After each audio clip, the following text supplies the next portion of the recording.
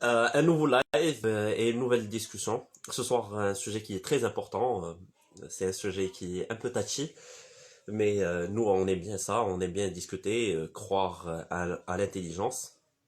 Du coup, croire aussi à l'échange, croire au débat et croire à la diversité des avis.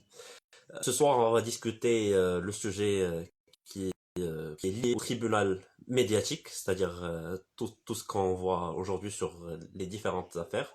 Je vais accueillir les différents, on aura deux invités avec nous pour voir que euh, on aura et très intelligent, très que j'adore moi personnellement. Hello, Hola, Hello, comment ça va? ça va, ça ça va et va. toi? Et vous? Ça va très bien.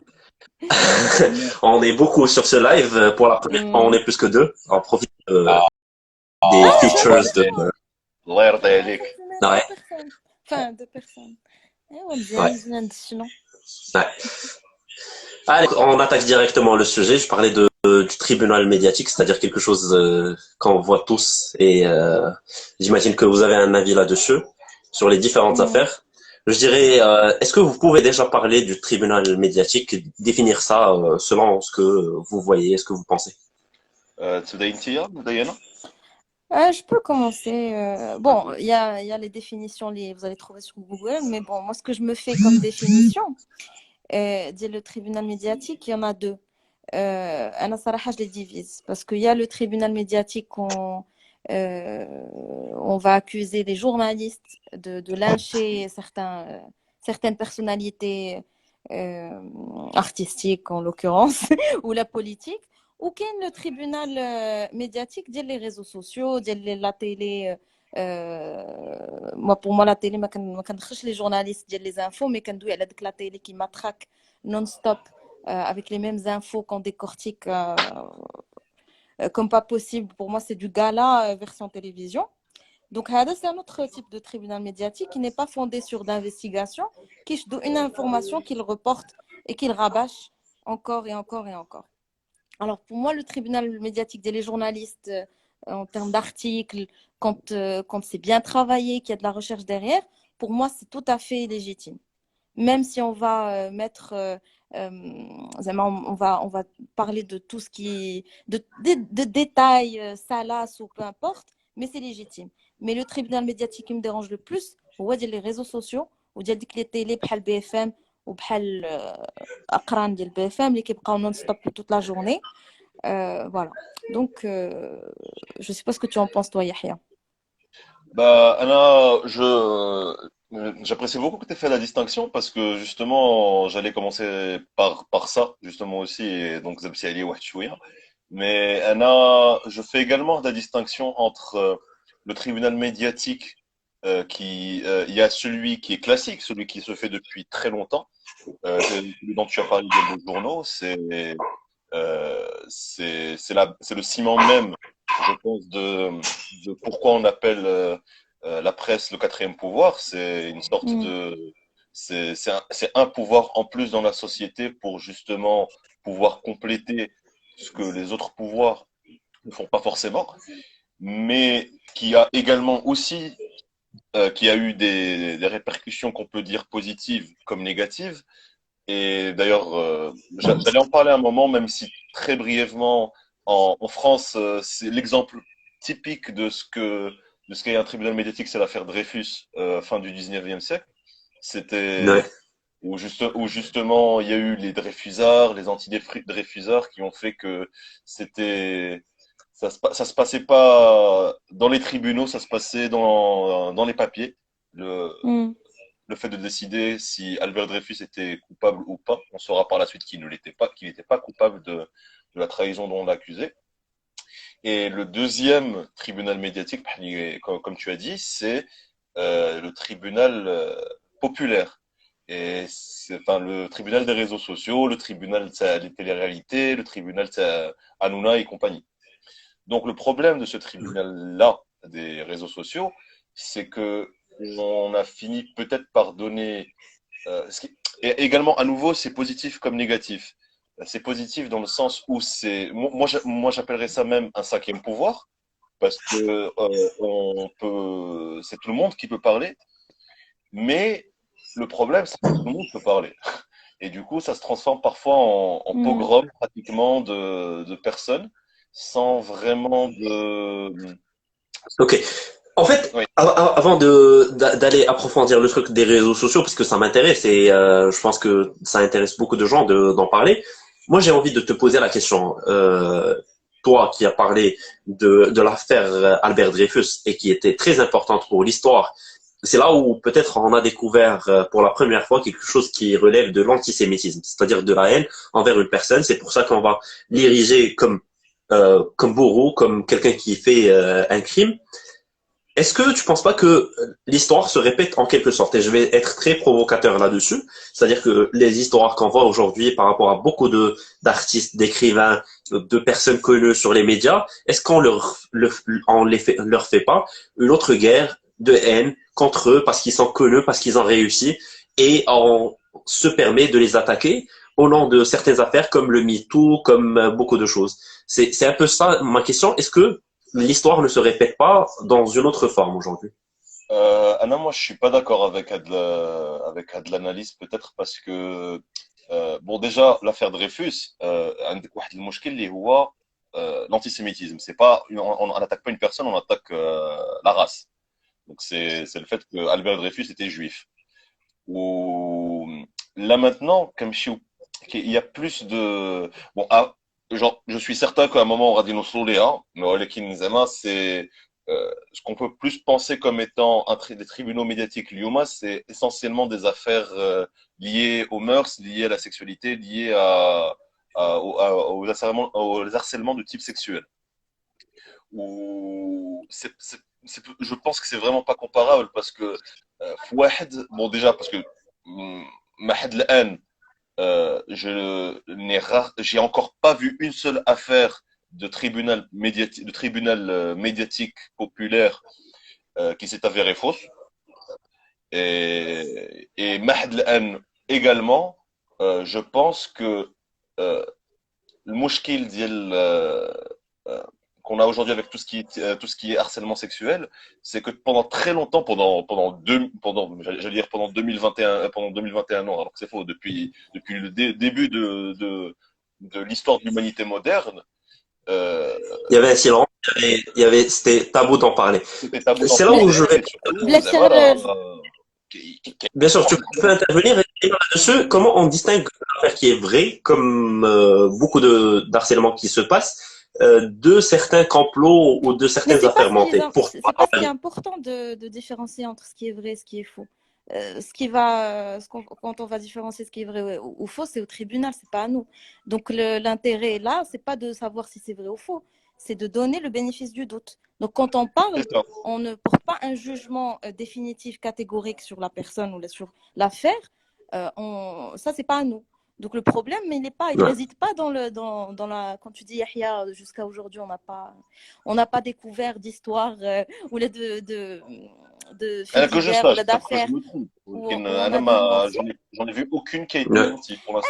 Peu importe, Zema, même s'ils étaient tous effectivement coupables, ou même s'ils sont tous effectivement coupables, c'est pas à nous d'en juger, Zema. Bien sûr que c'est pas à nous d'en juger. Par contre, on Oui, a le on va droit. arriver à l'affaire de jugement, mais moi je dis à titre individuel, parce que c'est ça le truc, c'est que à chaque fois que ça relève de l'avis ou ce qu'on appelle l'opinion publique, ben c'est tout le monde a son avis. Est-ce que vous faites pas des opinions et sur la base de cette opinion-là, vous croyez qu'il y a une certaine majorité qui souscrit à ça et par la suite, même quand il y a des jugements ou il n'y a pas de jugement, c'est bon, c'est foutu pour la personne, pour sa réputation et on a ce qu'on appelle aujourd'hui la cancel culture, et c'est bon. Moi, là, je pense que dans les opinions, je connais ça, peut-être ton opinion sur une affaire dont tu n'as pas les preuves en main. C'est très simple. Ton opinion, Radit Kun, très simplement, elle va tout simplement être d'ordre politique. C'est-à-dire que tu vas avoir une opinion selon que tu sois d'un courant politique ou de l'autre. Et Mais quand c'est un acteur, c'est un chanteur, c'est pas du tout politique. c'est pas du tout politique. Ou il y a derrière une certaine idéologie politique derrière derrière ce qu'on n'a plus le droit ce qu'on n'a plus le droit de faire, ou là ce qu'on a le droit de faire, et une sorte d'idéologie derrière l'alaqa اللي كاين بين رجل ومرأة ou la بين راجل ou le reste de la société. Oui. Selima, à ton avis, toi, quand on parle aujourd'hui de tribunal médiatique, est-ce que c'est quelque chose qui est sain, qui aide à avoir plus de justice? Et moi, Dieu seul sait combien je défends ça. La justice sociale. Est-ce que tu crois que ça aide dans la libération de la parole des victimes, ou bien ça crée beaucoup on va dire, de brouillard autour de certaines affaires, et maintenant c'est celui qui crie le plus fort, celui qui a plus de vues, celui qui a plus de likes, qui peut se faire justice, et les autres, ben non. Alors, je reviens à la séparation qu'on a fait au tout début. Il y a le tribunal médiatique purement journalistique, où il y a un travail d'investigation, ou le reste, réseau social et télé. Alors, pour moi, le journaliste, c'est tout à fait légitime.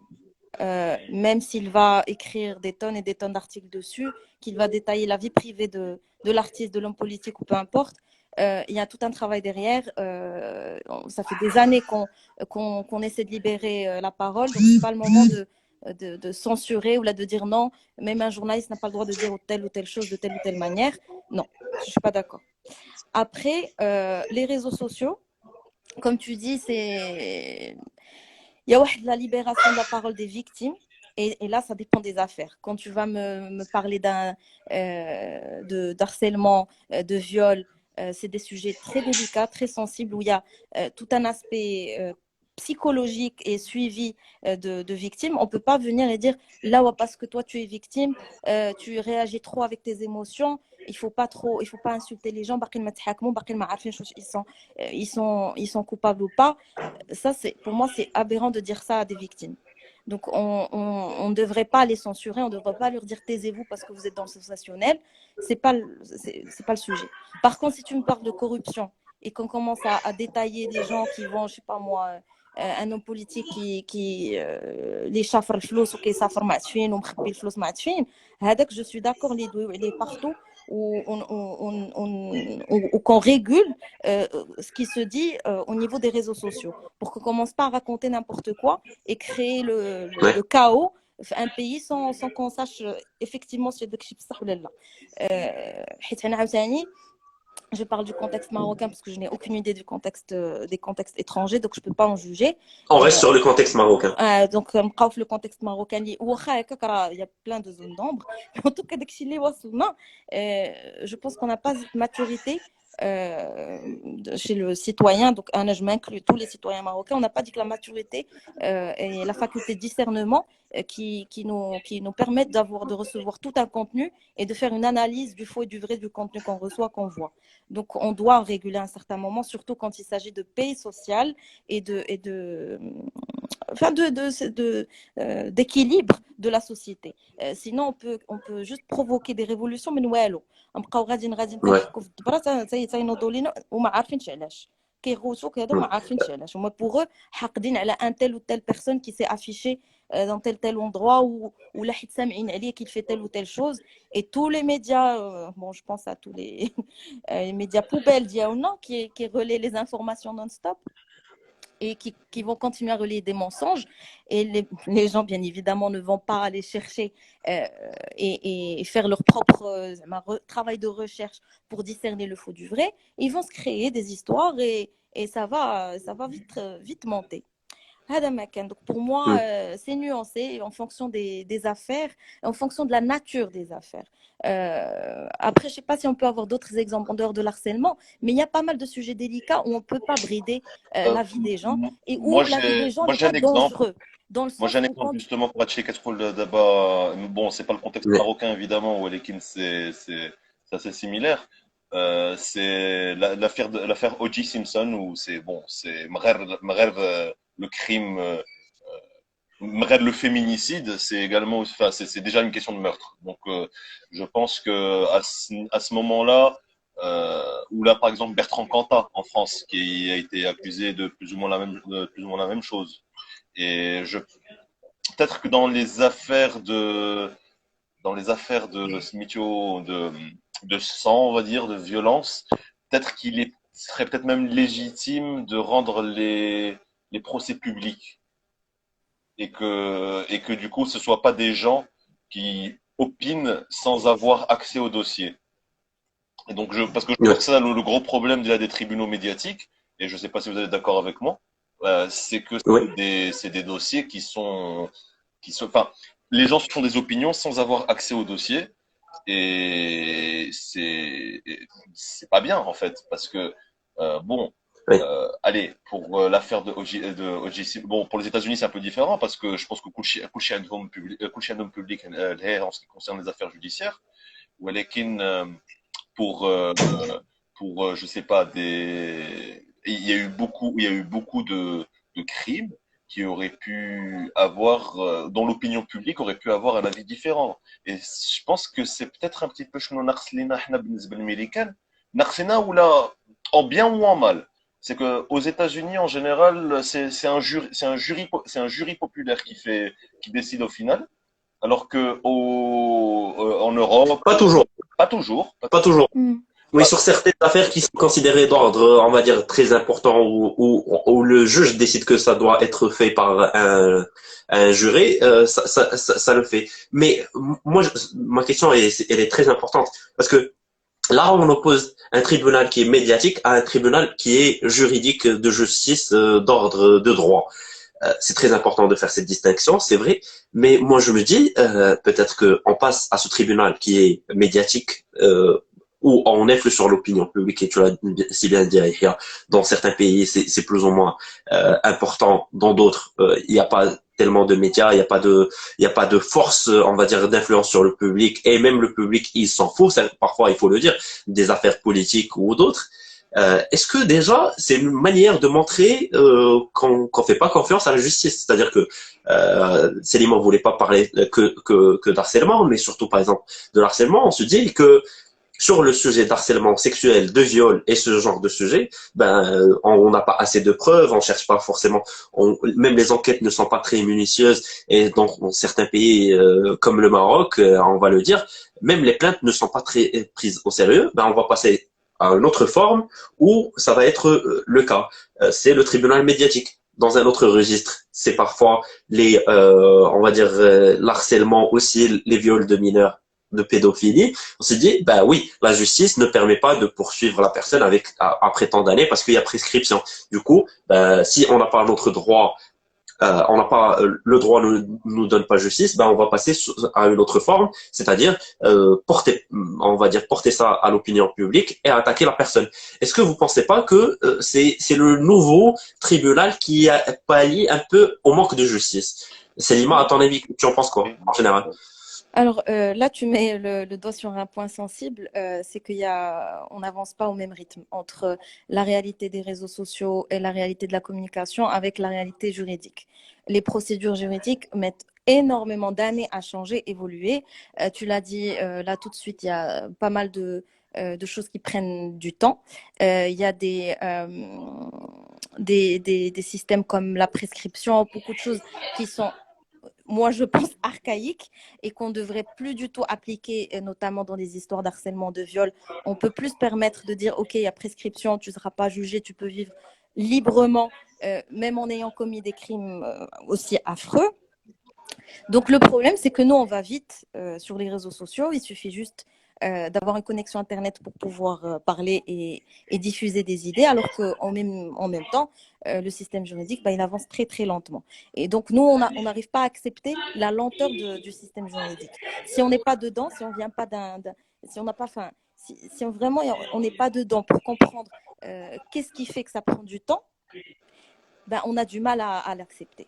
Donc, c'est normal qu'il y ait des gens qui prennent le relais et veuillent faire leur propre justice Ouais. au niveau des réseaux sociaux. Mais ce n'est pas juste le cas du Ouais. Maroc. Ce n'est pas parce que nous n'avons pas des lois faites pour les victimes, Je etc. parlais en général. Ah, Je voilà, parlais en c'est général. vraiment général. Il y a un décalage entre la lenteur du système juridique et la rapidité dans laquelle on vit au quotidien.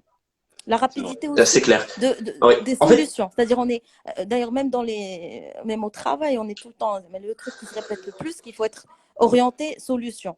Donc, on n'est plus du Ouais. tout dans un esprit de recherche, d'analyse, de recul, de Je vais te distance. dire un On truc, est Selima, solution, solution, solution. c'est ça le truc, c'est ça le problème, c'est on va finir par tomber dans une sorte de loi du talion, c'est-à-dire que oui, tu m'as fait du tort, la justice qui est là pour apaiser les gens et rendre justice aux gens ne me suffit pas, ne me satisfait pas.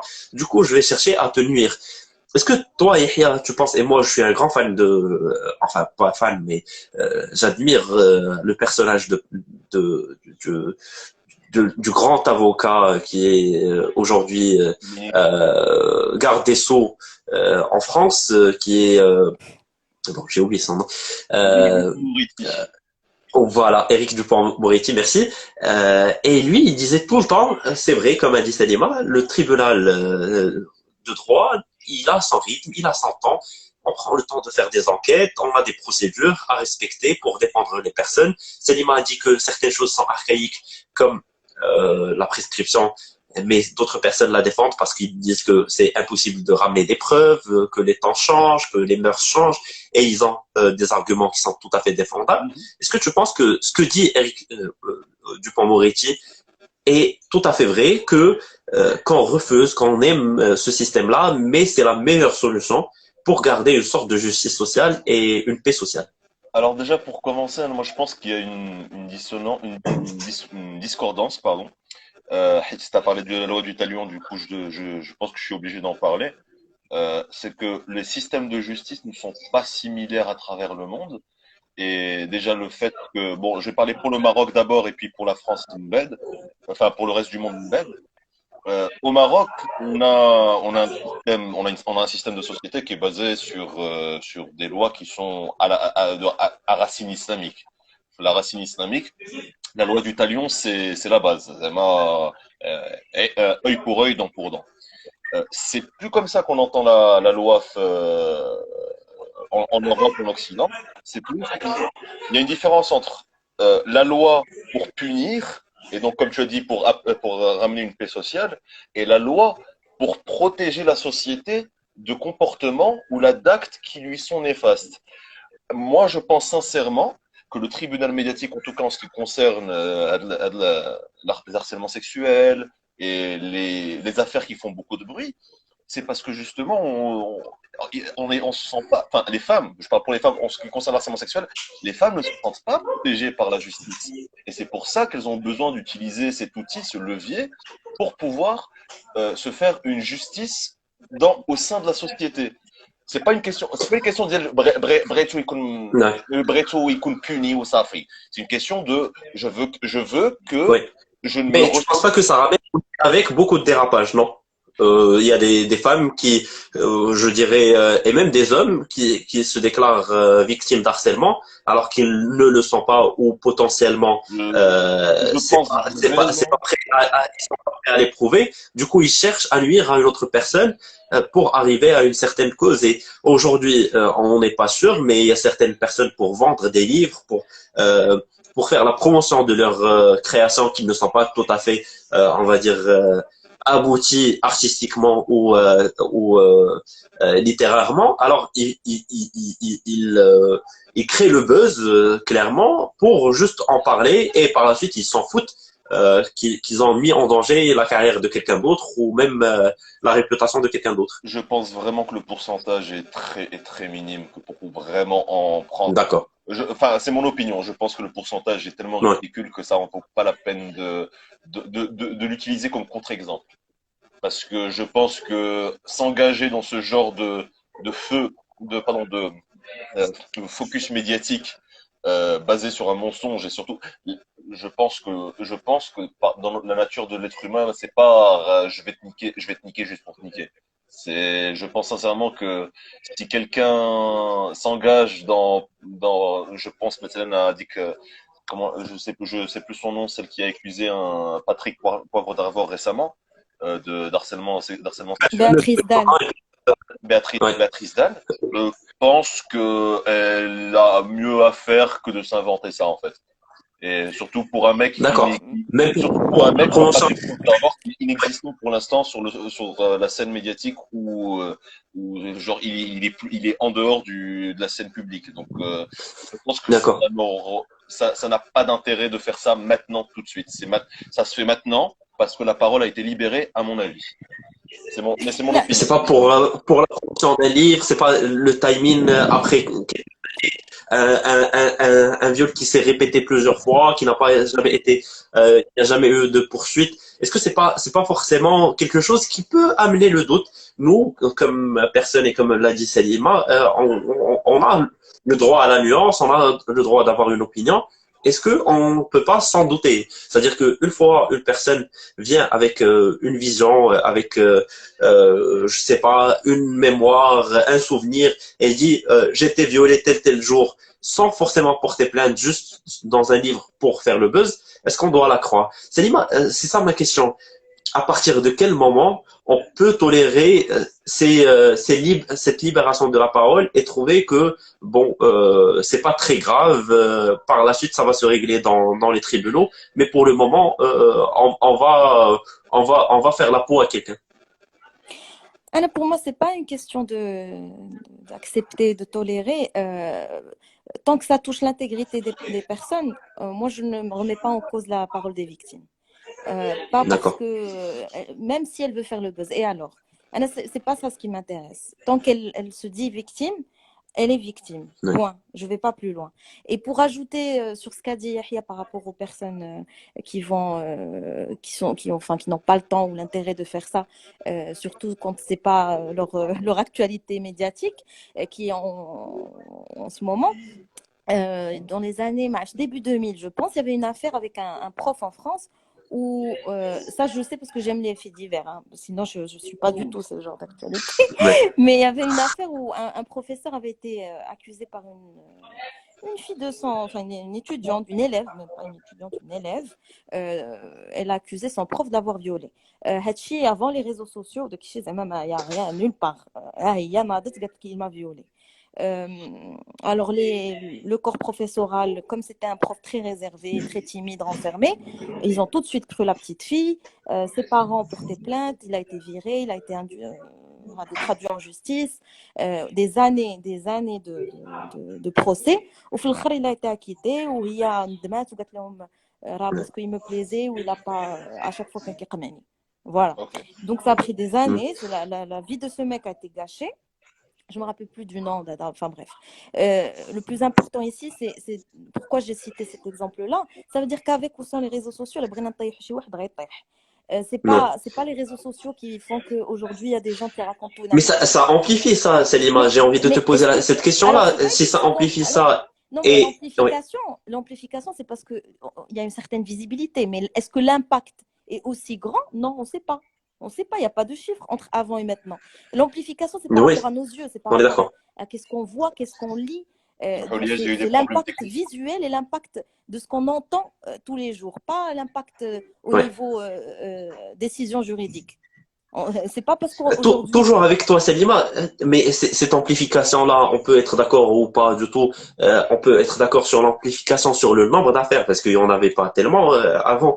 Et cette cancel culture, tu en penses quoi, Salima? Est-ce que c'est quelque chose de bénéfique encore une fois pour la justice sociale, pour l'apaisement social?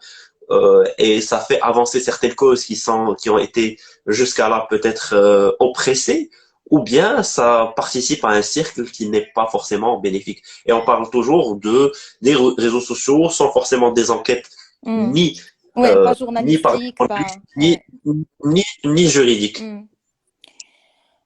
me poses une colle parce que je ne peux pas te répondre dans l'absolu.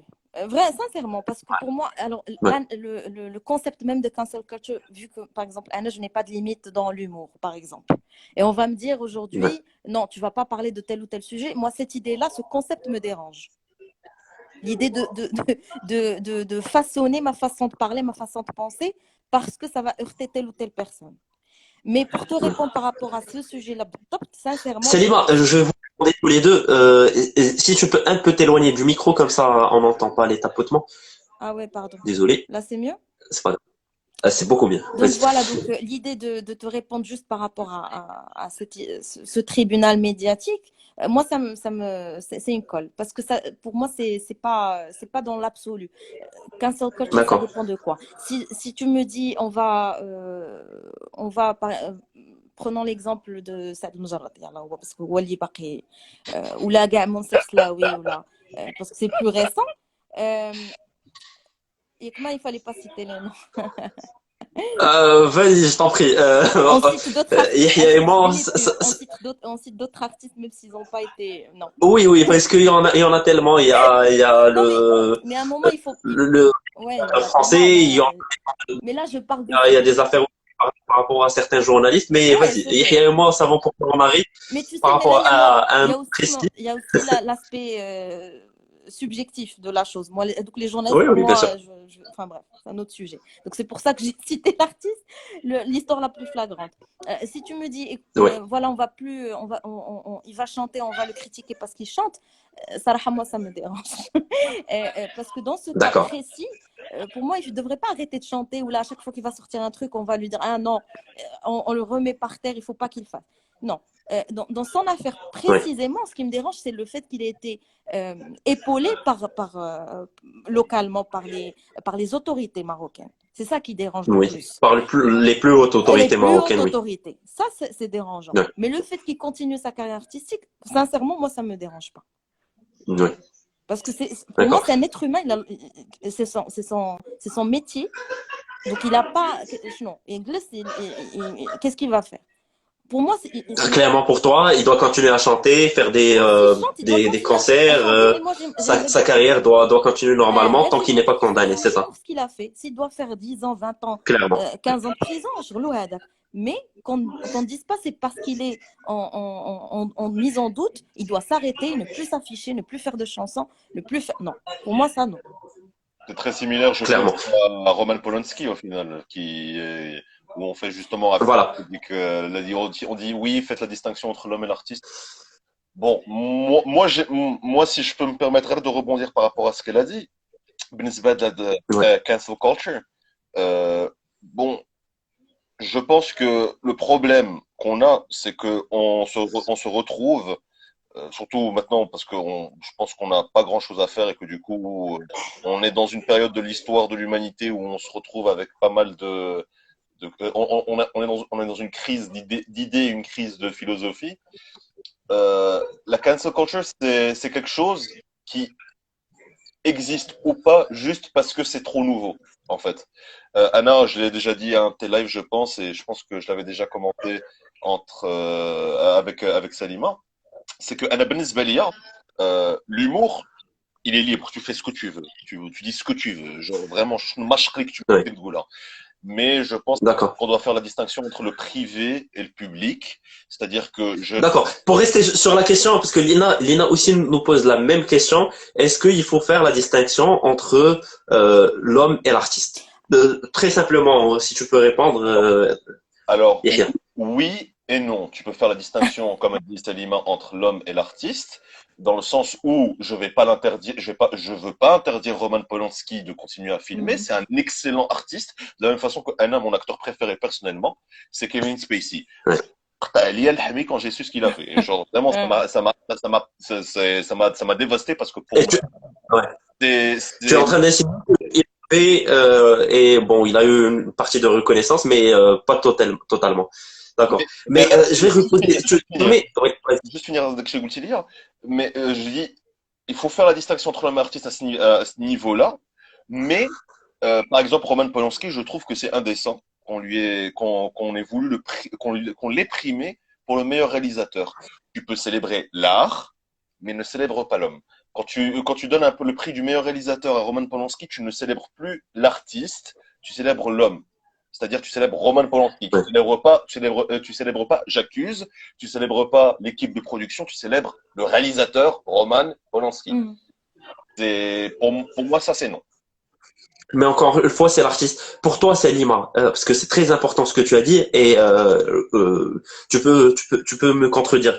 C'est-à-dire aujourd'hui, peut-être pour le cas de l'artiste que tu as cité, le chanteur, qui aujourd'hui, dans ses chansons, parce que toi tu dis qu'il doit continuer à chanter, dans ses chansons, il narque en quelque sorte les victimes. Est-ce que toi, tu sépares pas l'homme de l'artiste et l'artiste qui s'inspire de l'homme qu'il est. C'est-à-dire que dans ses affaires, ben, il est en train de narguer parfois ses victimes. Je vais donner d'autres exemples. On a Maznov qui, dans ses livres, et là, encore une fois, c'est la littérature, dans ses livres, il parle de pédophilie. C'est-à-dire, il est fier de ce qu'il fait. Est-ce que on peut pas, en séparant les deux, est-ce qu'on nuit pas aussi aux victimes qui se disent, ben oui, l'homme, il m'a violé, et l'artiste, ou bien l'homme de littérature, il continue le viol. C'est la continuité, c'est la suite de ce qu'il a fait. Alors, déjà, je pense que c'est deux exemples très mal placés entre. Je suis désolée, mais c'est pas du tout à Oui, oui, mettre bien en sûr. parallèle. Parce que Maznov, il vient d'une D'accord. époque où tous ces sujets-là ne se posaient absolument pas. Donc, les victimes à cette époque-là ne se voyaient même pas comme victimes.